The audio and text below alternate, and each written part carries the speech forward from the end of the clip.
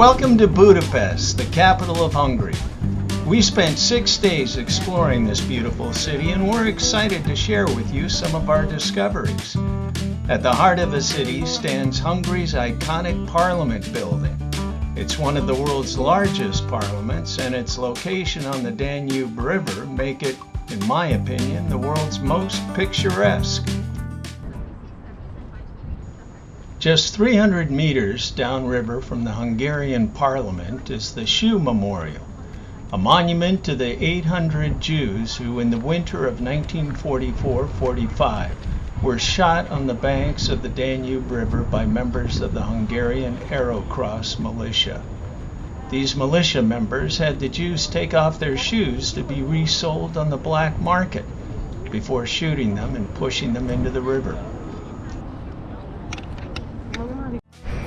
Buda and Pest are separated by the Danube River. Buda is on the western hilly side, known for its castle district overlooking the Parliament. There are two ways of getting up to the Buda Castle Hill district. The first is a 95-second funicular ride for $14 round trip, or you can get the exercise with a 20-minute walk for free. St. Barbara made it to St. Stephen, but I want you to know that we are not an item. I nominated Barb for sainthood for making the climb up to St. Stephen's statue.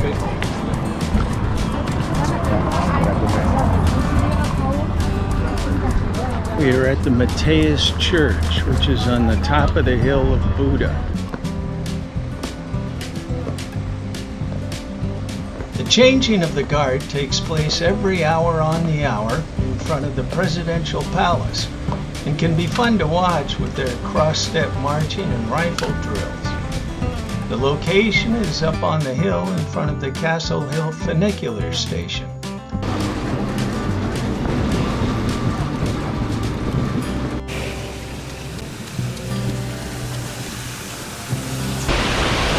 This is the Buda Castle Garden Bazaar. Water fountains and thermal baths have long been part of Budapest's cultural heritage, and no trip is complete without a visit to a thermal bath. We went to Palatinus Thermal Bath on Margaret Island, which was swarming with families on a summer day. The pools are different temperatures, ranging from 86 degrees Fahrenheit to 108 degrees Fahrenheit. And the cost was $6.50 for 2 hours or $9 for the day. Who's your boyfriend? My boyfriend is someone who's receding. You're copping a feel here. I am copping a feel on What are his you doing fingers. to him? Look at his fingers. You're turning him inside out. Yes. This statue of Andrei Basinski-Linsky commemorates the Hungarian politician who voiced opposition against German expansion and was later executed in 1944 for attempting to overthrow the Arrow Cross Party. Well, we think we're in the trash art market, which is very funky and fun, and I just bought artist earrings made out of vinyl records. These are the jewelry that's made out of recycled vinyl records, and I just bought a set that have a paint palette and a paintbrush.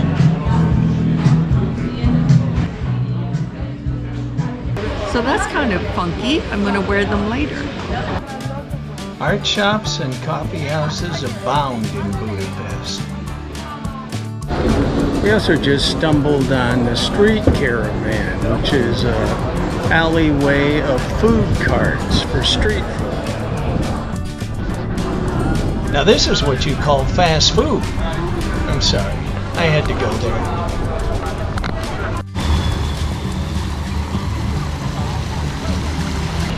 Is this your palace, Barb? It is my palace in Budapest, by the river, with a lovely view on a beautiful summer evening.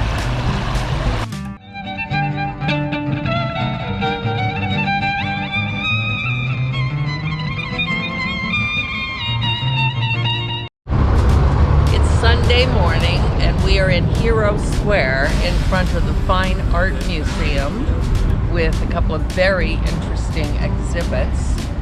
we'll see Manolo Latineggi and Cortez, the photographer. And yesterday we went to the Contemporary Art Museum across the square. It's a beautiful day. Heroes Square is a top site because of its proximity to several points of interest, notably the zoo, thermal baths, the city park, and several top-rated museums. The Museum of Fine Arts contains several great halls, many of which, like this Romanesque hall, have been shut down for almost 100 years and only recently reopened after massive renovations.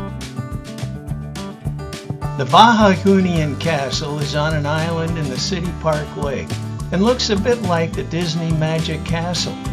It was constructed in 1869 to commemorate the 1,000-year jubilee of the Hungarian state.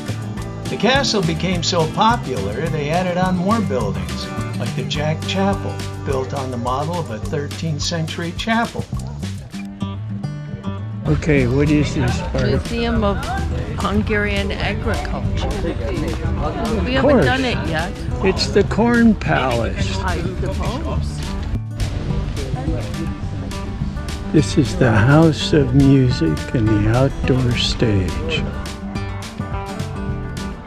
We're standing in front of the Budapest Zoo, which was designed by Kostka Tolly, an architect from Transylvania who we learned about at the Contemporary Art Museum. And he designed this zoo as a fairy tale village. It takes a village to maintain one of the oldest zoos in Europe, established in 1866, and there are no sloths in sharing the responsibilities, except those who are keeping the patrons happy. I was surprised to learn that elephants actually play soccer, and this young player is headed for the World Cup.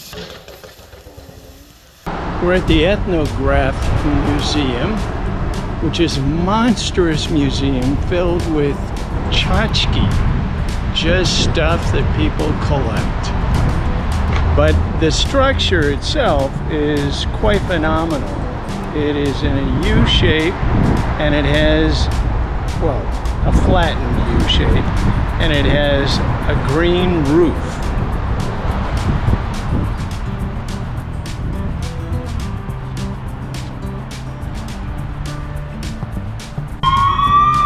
Sometimes you're just too darn hot. You're on fire. That's right. The Maid of the Mist. The Budapest public transit system is fast, affordable, and a great way to experience the city. The number 2 yellow tram line is the most scenic, traveling along the Pest side of the Danube with great views. And if you're over 65 with a photo ID, you can ride the entire system for free. We're at the Green Bridge in Budapest. Right by the big indoor market. The Central Market, which is right Over there. over there. The Central Market is the largest and oldest market in Budapest.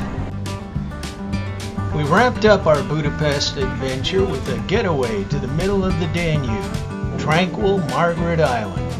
We climbed the Art Nouveau water tower with an exhibit on Eva Peron, and from the top we looked over the 3,000-seat amphitheater.